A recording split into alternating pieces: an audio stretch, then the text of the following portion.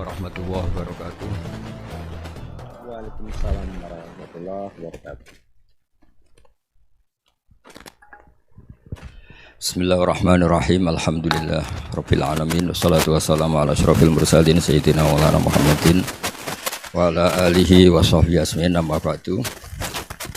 Yang kita hormati bersama Bapak Kapolri DRS Listio Sigit Prabowo MSI, Bapak Insinyur Jenderal Polisi Martinus Hukom selaku Kadensus, Bapak Brigadir Polisi DRS Torik Kriyono, Bapak Brigadir Polisi Simpson, SIK MSI, Bapak Brigadir Arif Mahfud, SIK MH, Bapak AKBP MD Sotik, Bapak AKBP Jimli Brilian, SIK, dan Bapak AKBP Beri Diantara SIK, dan semua teman-teman yang saya hormati.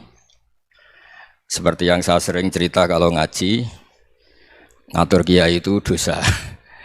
Tapi karena saya niat baik, sama-sama ngaji, jadi temanya bebas, waktunya juga paling lama saya ngaji paling 20 menit sampai 30 menit. Sesi jawab, tanya jawab hanya 2 pertanyaan. Tidak boleh bantah, yang punya diri saya kok diatur.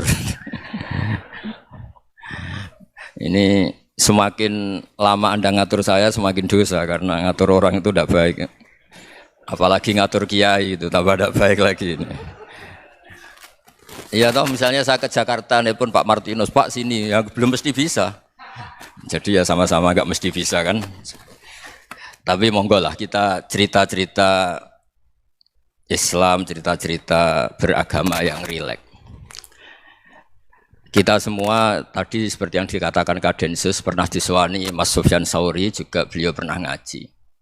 Sebetulnya dalam banyak hal-hal yang keseharian itu lebih prinsip ketimbang ide kita tentang hal-hal besar. Saya beri contoh, Allah itu Tuhan yang Maha Kuasa, yang menguasai alam raya ini. Kadang-kadang menjelaskan dirinya itu hanya Alladzi at'amahum min ju'. Saya ini Tuhan yang memberi makan kamu saat Anda lapar, saat kalian lapar. Jadi untuk beriman kepada Tuhan yang Maha Esa, kepada Allah, kamu yakin yang memberi makan kamu itu Tuhan. Apapun kecewanya Anda terhadap tetangga, terhadap negara, terhadap mertua, terhadap istri, itu kecewa Anda tidak akan mati. Tapi kalau tidak makan itu mati. Sehingga Allah mensifati dirinya kadang pakai keseharian. Alladzi at'amahum min ju'. Tuhan itu siapa? Yang memberi makan kamu ketika lapar. Tapi kamu untuk syukur itu nunggu punya istri cantik, neriman, gampang diatur, membolehkan poligami. Terus 4 istri itu neriman semua, loyal semua. Itu sombong betul. Mau syukur saja kok repotnya seperti itu. Jadi mau syukur ya ada makanan dimakan. Itu. Kalau ngantuk ya tidur. Ayatnya wa min ayatihi manamukum billaili wan nahar. Maksud ayat Allah itu tidur. Nah, keangkuhan-keangkuhan ini yang menjadikan kita itu jadi repot hidup. Wong untuk syukur kok nunggu tadi. Mertua baik, tetangga baik, istri baik. Apa saja di sekelilingnya harus baik. Nah, keinginan berlebihan ini menjadikan kita lupa ada hal-hal yang paling kita butuhkan, yaitu oksigen. Kita boleh nempat di buminya Allah.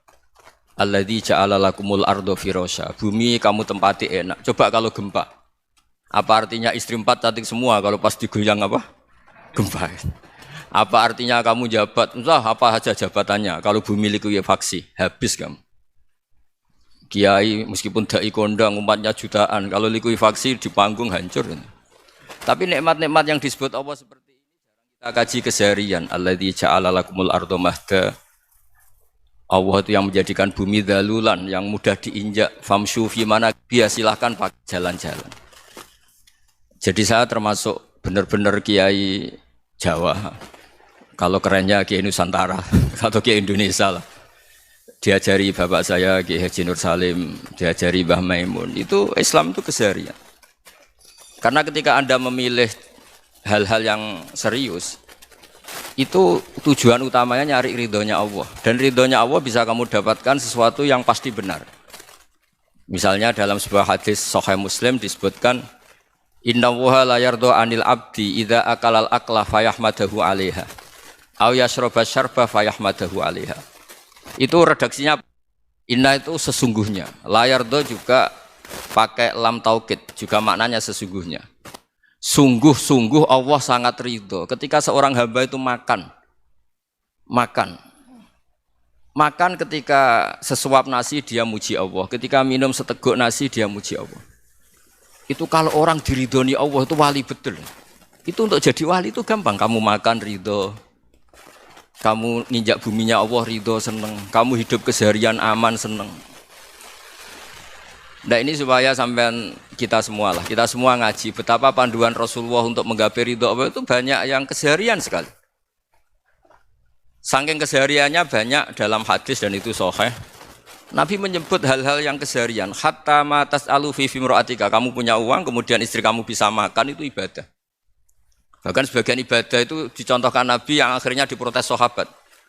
Yaitu wa fi buti ahadikum sedekah, kamu menggauli istri kamu itu ya sedekah. Sampai sahabat bilang yang benar ya Rasulullah. Ayati ahaduna syahwatahu wa huwa lahu ajrun. Masa urusan biologis, urusan syahwat kemudian dia dapat pahala. Nabi menjawab, alai salawadu'aha fi haramin akana alaihi wisrun. Bagaimana kalau dia meletakkan ke yang tidak benar itu kan dosa. Nah, hal-hal seperti ini yang saya ingin teman-teman semua. Saya juga agak ingin ngaji demi Anda juga agak ingin. Itu dosa sekali ngaji kok pesanan kelompok tertentu itu enggak boleh. Islam itu untuk semua. Jadi ya cuma karena di depan saya jenengan ya seakan-akan jenengan korbannya. Itu ada ilmunya dalam usul fikih itu. Jadi orang itu harus ngaji usul fikih. Nama yang disebut, mungkin Mas Sufyan masih ingat zaman ngaji usul fikih. Nama yang disebut itu tidak jaminan sebagai prioritas perintah. Jadi misalnya gini, kebetulan yang di depan Nabi itu Abu Dzar. Nabi ya bilang, ya Abu Dzarin ini uhibbuka misalnya, atau ya Mu'ad ini uhibbuka, atau ya Abu Hurairah ini uhibbuka misalnya. Banyaklah riwayat yang Nabi nyebut ya Abu Dzarin, ya Mu'ad, ya Abu Hurairah. Kemudian misalnya Nabi meneruskan khitab, ini uhibbuka, saya mencintai kamu, fakul dubur sholatin, atau sebagian riwayat disebut fala tada'an dubura kulli sholatin, Allahumma inni ala dzikrika wa syukrika wa husni ibadatik. Saya mencintai kamu, siapa saja. Mu'ad bisa, Abu Dzar bisa siapa? Saya mencintai kamu, mohon kalau habis sholat kamu jangan lupa wiridan Allahumma a'inni ala dzikrika wa syukrika wa husni ibadatik. Ya Allah, tolong kami permudah supaya mudah ingat engkau. Anda tidak bisa mentang-mentang, wong nama saya Parmin, nama saya Purnomo, itu yang diperintahkan Mu'ad misalnya. Jadi yang disebut satu, tapi khitab itu untuk siapa saja. Saya teruskan ya. Jadi saya mohon semua kita melakukan kebaikan itu kalau dalam kaidah fikih disebut al yakin la yuzalu bisyak. Banyak kebaikan yang kebenarannya itu 100%. Tidak punya efek samping ke pihak lain, ke kelompok lain, ke komunitas lain. Itu tadi misalnya Anda makan dan itu murah sekali, hanya butuh satu piring. Setiap kunyahan kamu muji Allah, setiap minum kamu muji Allah. Itu redaksinya Rasulullah SAW disebut Allah sangat ridho ketika seorang hamba makan, kemudian dia memuji Allah. Atau minum, kemudian dia muji Allah. Logikanya gampang, negara seperti ini yang kamu harapkan bentuknya kayak apa, mertua, ipar, komunitas, tetangga. Itu nyata terjadi itu kan belum pasti. Sementara yang mesti terjadi adalah kamu butuh makan, kalau tidak mati. Butuh minum, kalau tidak mati. Butuh bumi yang nyaman ditempati, kalau tidak kita juga mati.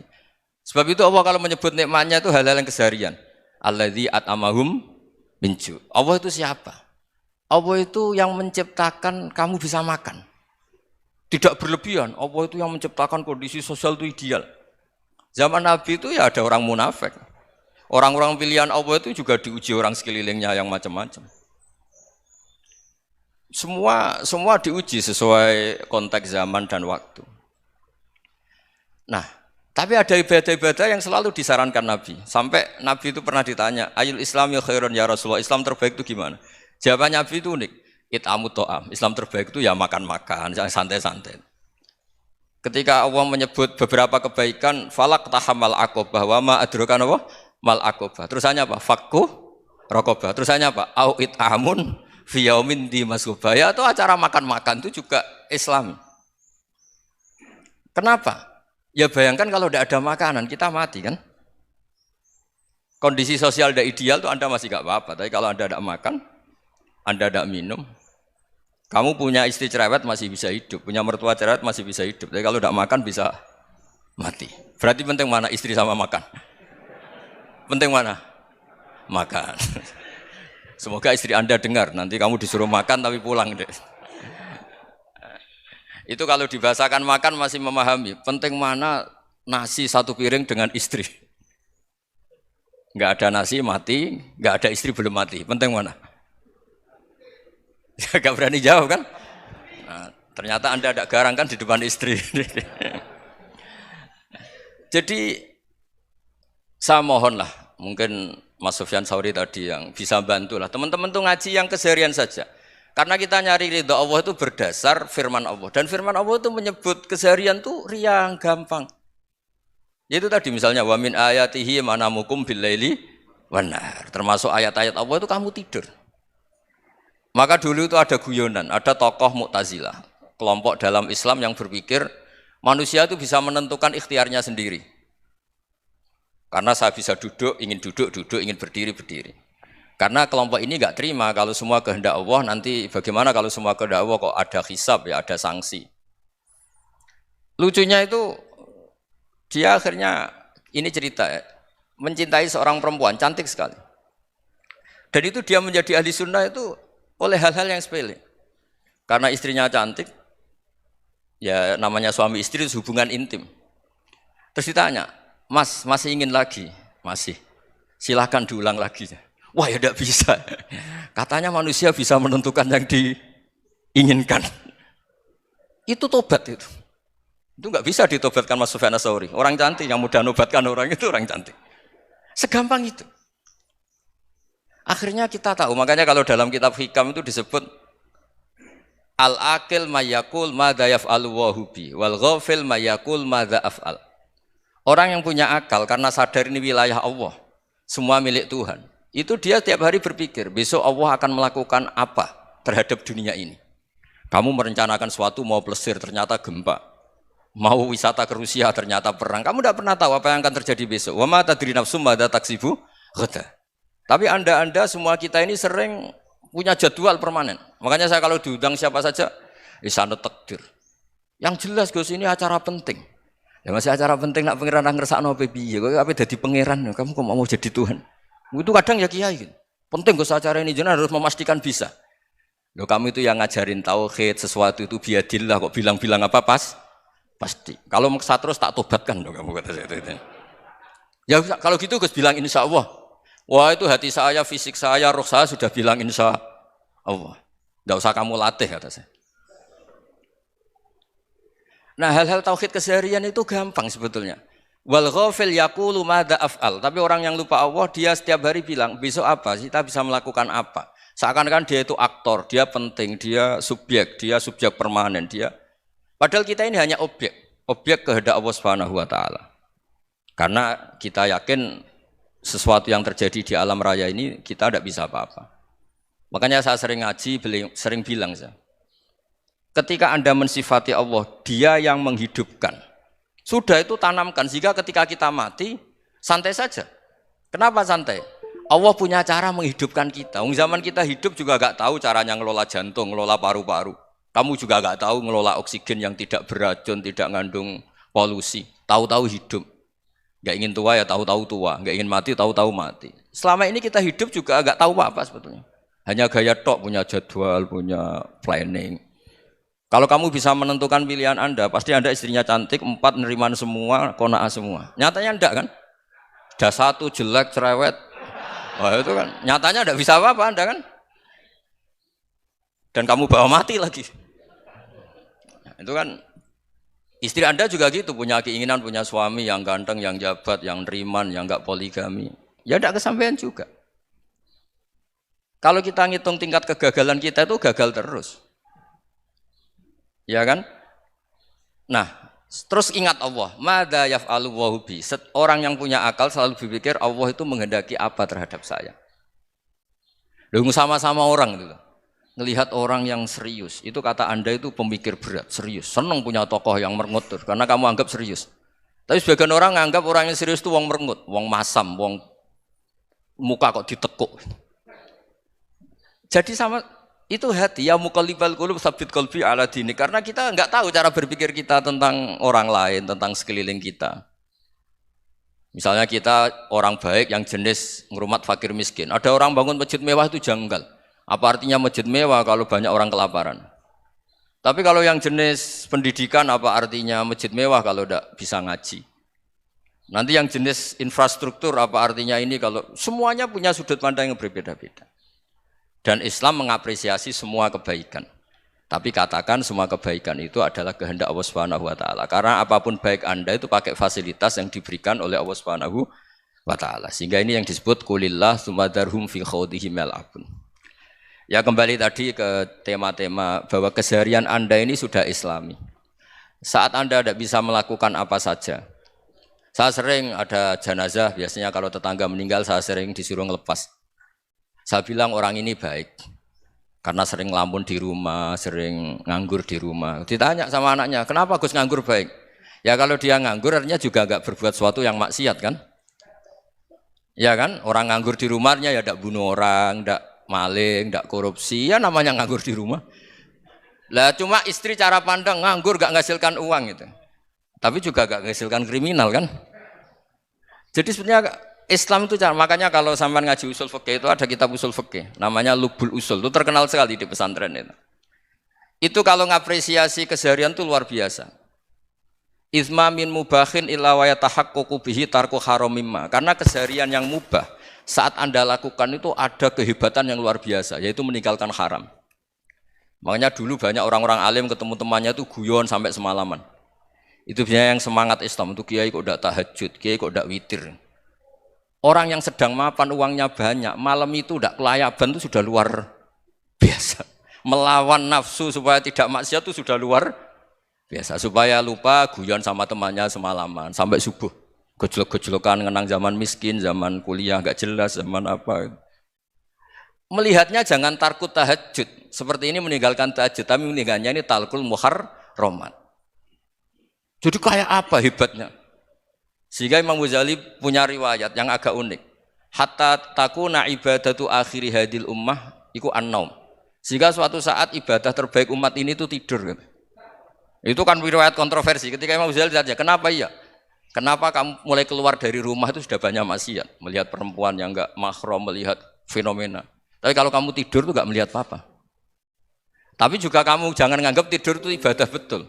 Saatnya melakukan fardu ain malah masih tidur.